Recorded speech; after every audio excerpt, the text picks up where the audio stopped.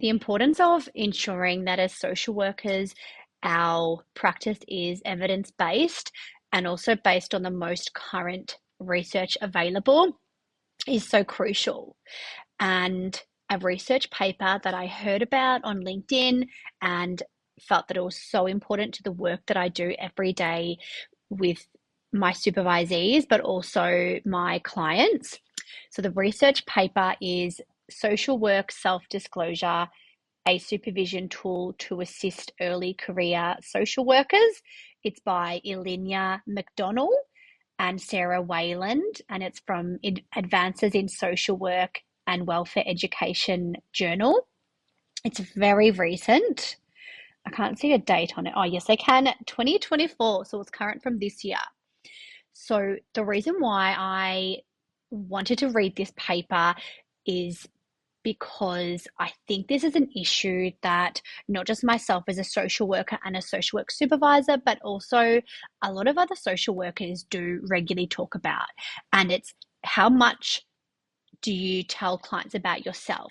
How much do you self disclose? How much is appropriate? And how much is then you're blurring the boundaries with your personal and professional life, and then you kind of get into quite murky waters, which could then become ethical issues in your practice.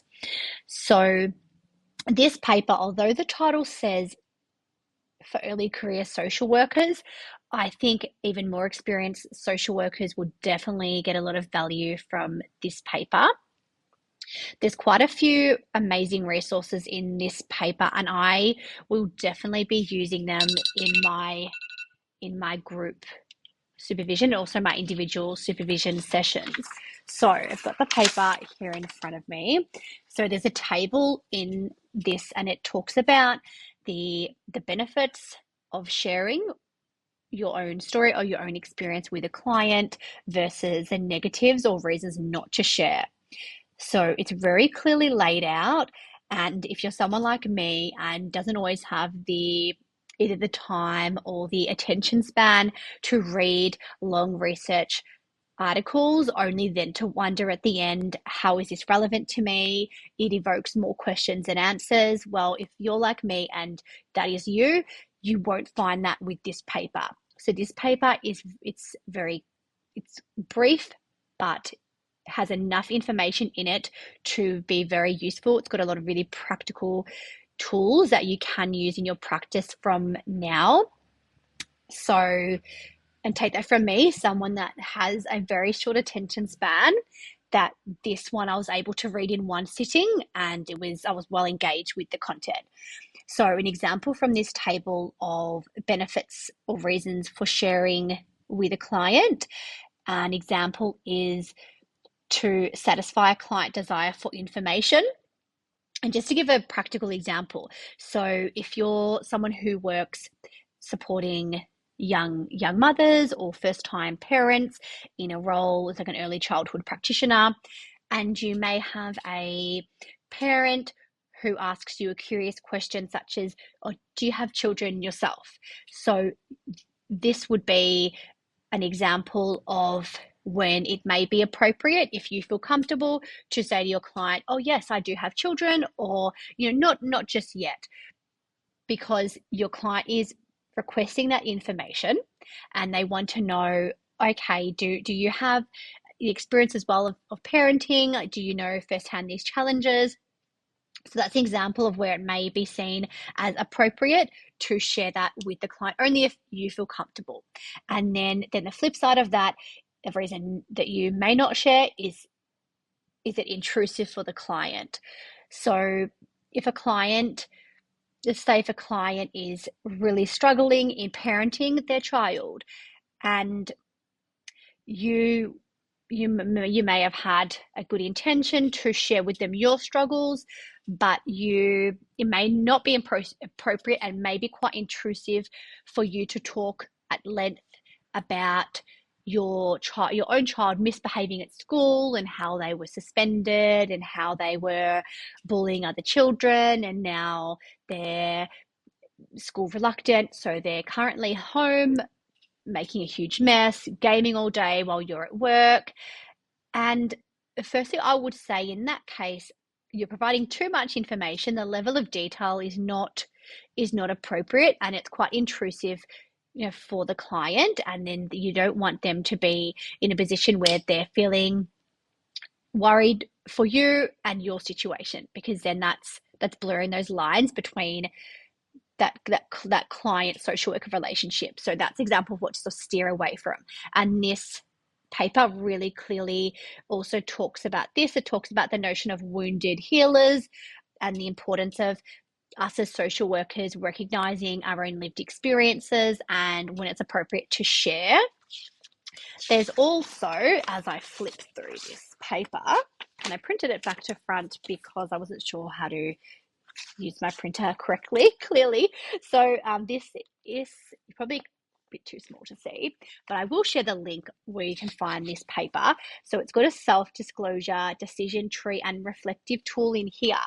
So, and I did highlight there, you see my highlights, some information I thought was so key. I've highlighted it. I think I need to reprint it again facing the correct way, or I can just also save an electronic copy. I should preserve the environment. So you can actually go through, and how I'll be using this is actually going through this when appropriate with my supervisees. So I supervise both social work professionals and also counselling professionals and some other allied health professionals. But this clearly stipulates some reflective questions that can be used during supervision. So, for example, why am I sharing this information?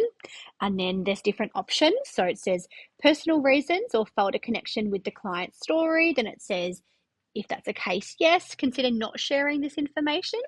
If it's got no, and then it just has some prompts. And these can be something that you could ask aloud of your supervisee, or if your supervisor asks yourself, you can ask yourself these questions as well. So these can be, if you're into reflective journaling, these can be some really good considerations for your reflective journal. So this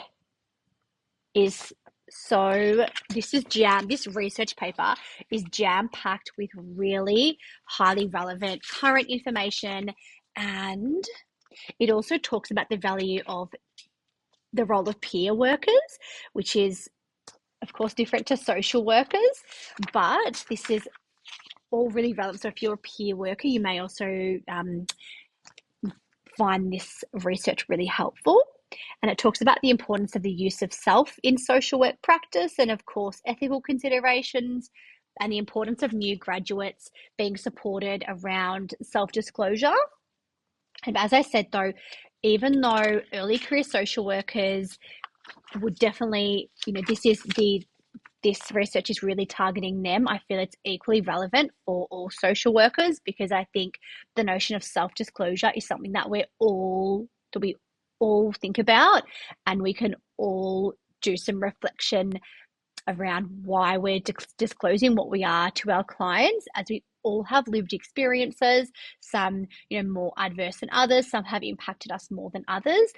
But I think using a tool such as this decision-making tree, I think they called it, is so helpful. So I'm going to be using this in my supervision sessions, and I would love to hear if there's any research papers that are not too long. Let's preserve my very short attention span.